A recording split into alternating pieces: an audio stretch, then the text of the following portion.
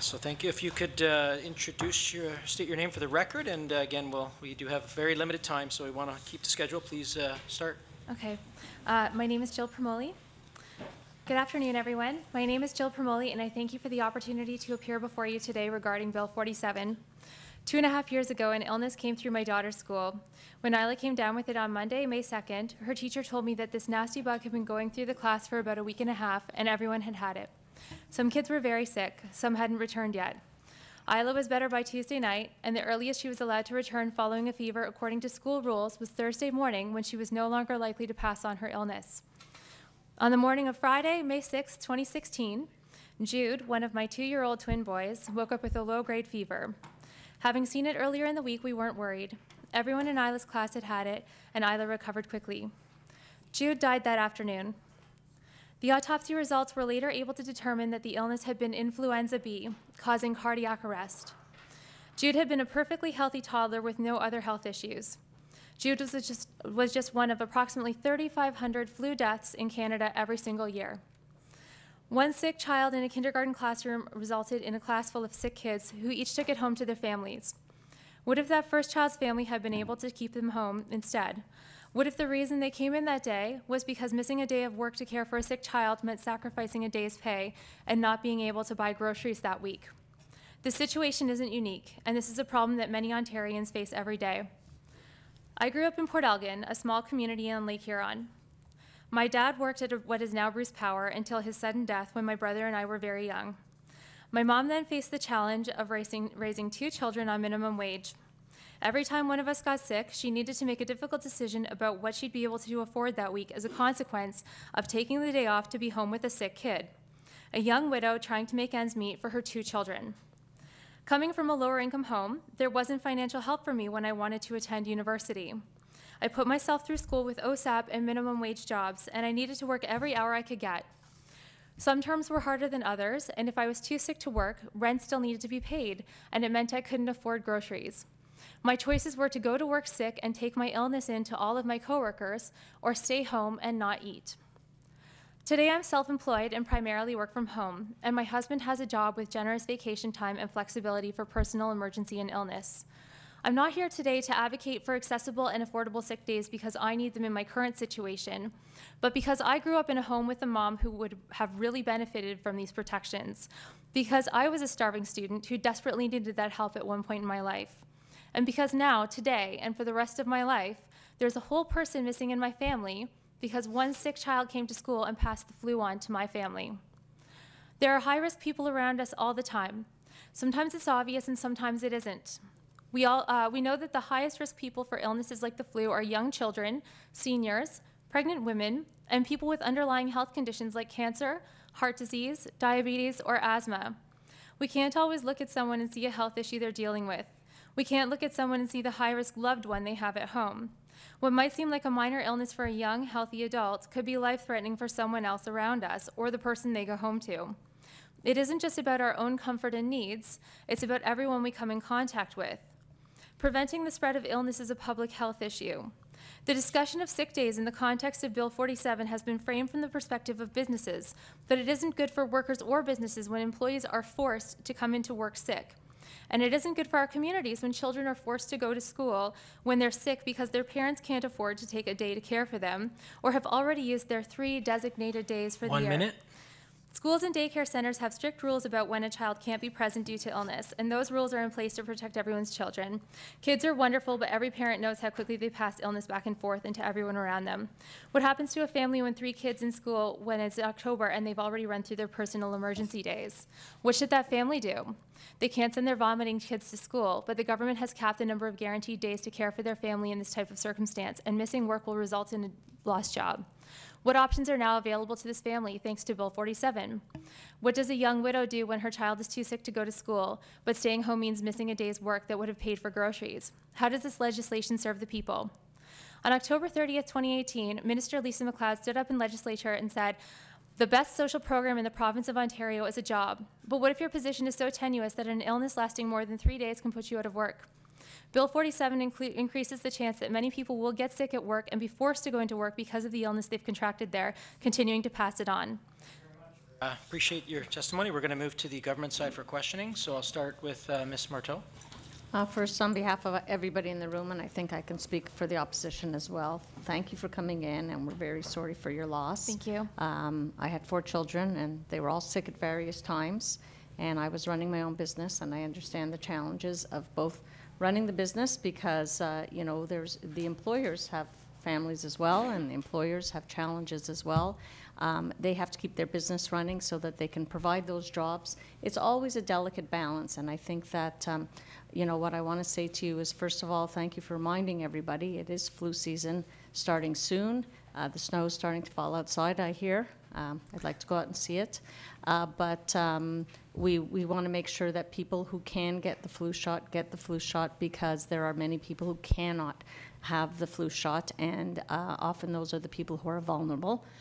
So I want to thank you for highlighting that. And I just want to ask you, maybe if you can talk just a little bit about not having, you know, that type of precarious employment where, you know, you don't have that great relationship with your employer, and the employer's worried about, you know, just keeping his business doors open, that what we can do as a society, as a community, to encourage employers and employees to work together to support the businesses, to support the jobs, to support the workers and their families, to create that kind of culture, because that's what we hear from many of the business owners and their employees, is that it's like a family and they do support each other.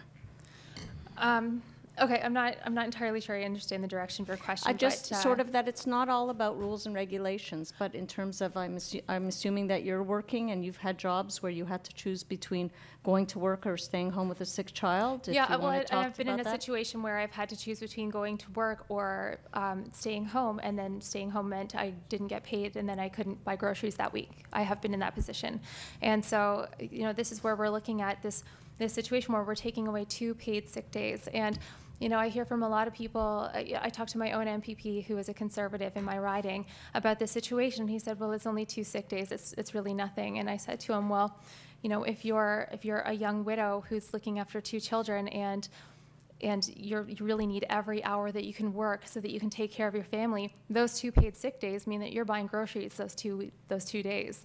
You can afford to look after your children.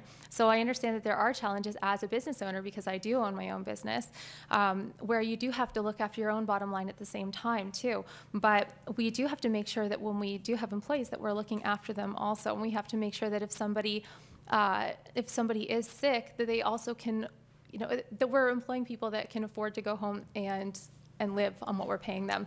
And I guess all I'm sort of saying is that the vast majority of employees that we've spoken to and employers do respect the fact that people have families and they want to support their employees. People need their employees.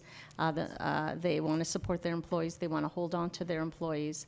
And I think it's that culture that we really need to all work together. It's not just about government regulations and standards and rules. It's about creating that culture. So I really want to thank you for coming in. Of course. I guess my question back to you then is, what about employees who are in a situation where they don't have an employer who is taking proper care of them, who's making sure that they have the flexibility when their children are sick? So, you know, there are families who are sending their sick children to school because they don't have the option to stay home with them. And then we have a class full of sick kindergarten children.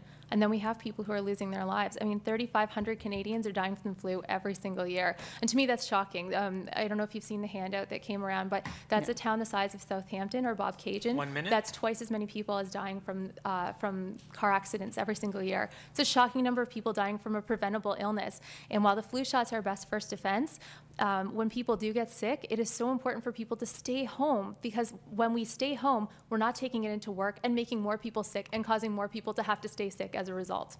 So I really want to thank you, and again, really heartfelt. Thank you. And it's good that you come in. Thank you. And I appreciate it's good the that you time. remind your MPP and others as well of you know, your situation with your son and the flu and the school, and it is challenging because and it's everybody's situation, because this is public health. This is about all of us. It happened to my family. It can happen to every single person's family, and we don't want that. So this is why I'm here today.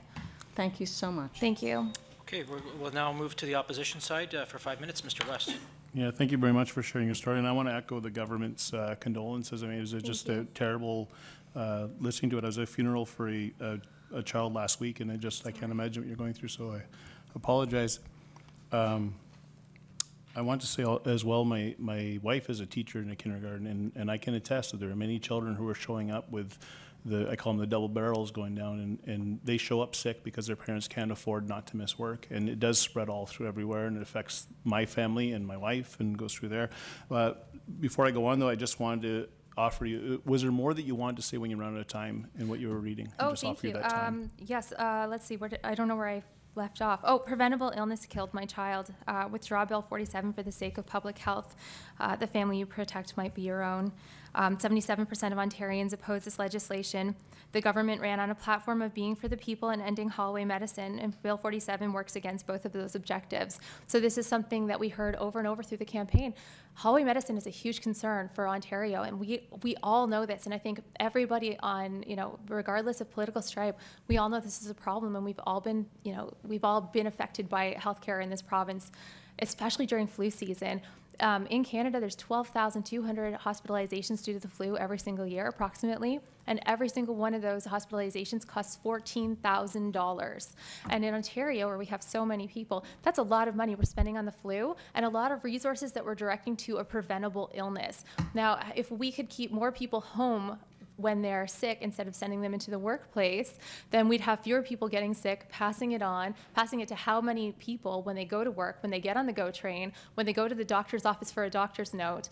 If we can keep them home instead and just say, you know what, stay home, rest, take your days, and avoid passing it to everybody, then we're going to have fewer people ending up in the hospital. We're going to have fewer people dying. And it's as simple as, avoiding spreading it to the people around us. Thank you. Okay, Ms. Fife. Thank you very much, Chair, and thank you very much, Ms. Promoli, for coming in. I just want to let you know that the NDP is going to be introducing an amendment to address the sick days because the evidence and the research shows that there is a negative, consequence, not just from a compassionate or humanitarian perspective, but the cost to the healthcare system and on the economy when people don't have access. And, some people have said, oh, it's just 2 days, but you've made a very compelling case, and I hope the government is listening, and I hope they support our amendment to keep the 2 paid sick days in Bill 47. I mean, that has to be something that we can find some common ground on.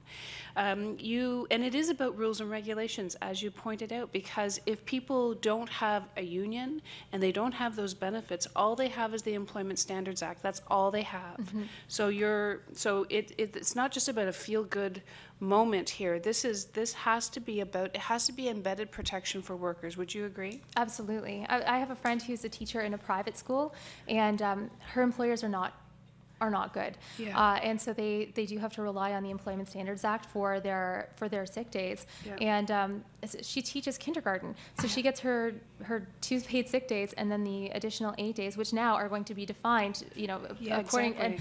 and 2 days for bereavement. Okay, so your spouse died. I'll see you Wednesday. Exactly. Anyway, I'm going off topic there. And I think that your point as well is that it is women primarily, because women are the majority of part-time workers in the province of Ontario, and so they don't have that anchor of protection in the workplace. Mm-hmm. So once again, thank you. We're going to be moving amendments to this act, which directly reflect the values and the statements that you've made to us today. And once again, I truly hope that the government is listening on this issue. Not just because of the compassionate and humanitarian, but the economic and the healthcare costs as well. Yeah, and I understand that we're talking about business here, but really, what is the cost of business when we're talking about people's lives? I mean, this is, we lost a 2-year-old, but there are thousands of Canadians who are losing their family members every year, thousands of families just like ours, and it's never going to change. It's never going to get better, and I understand people have their bottom line, but Jude is gone, and there are thousands of families like ours every single year. And we can do better. It's a matter of giving people the time they need to recover and keeping illness out of the workplace and classroom. And it's simple. Thank you so much. Thank you very much. Thank you for your testimony.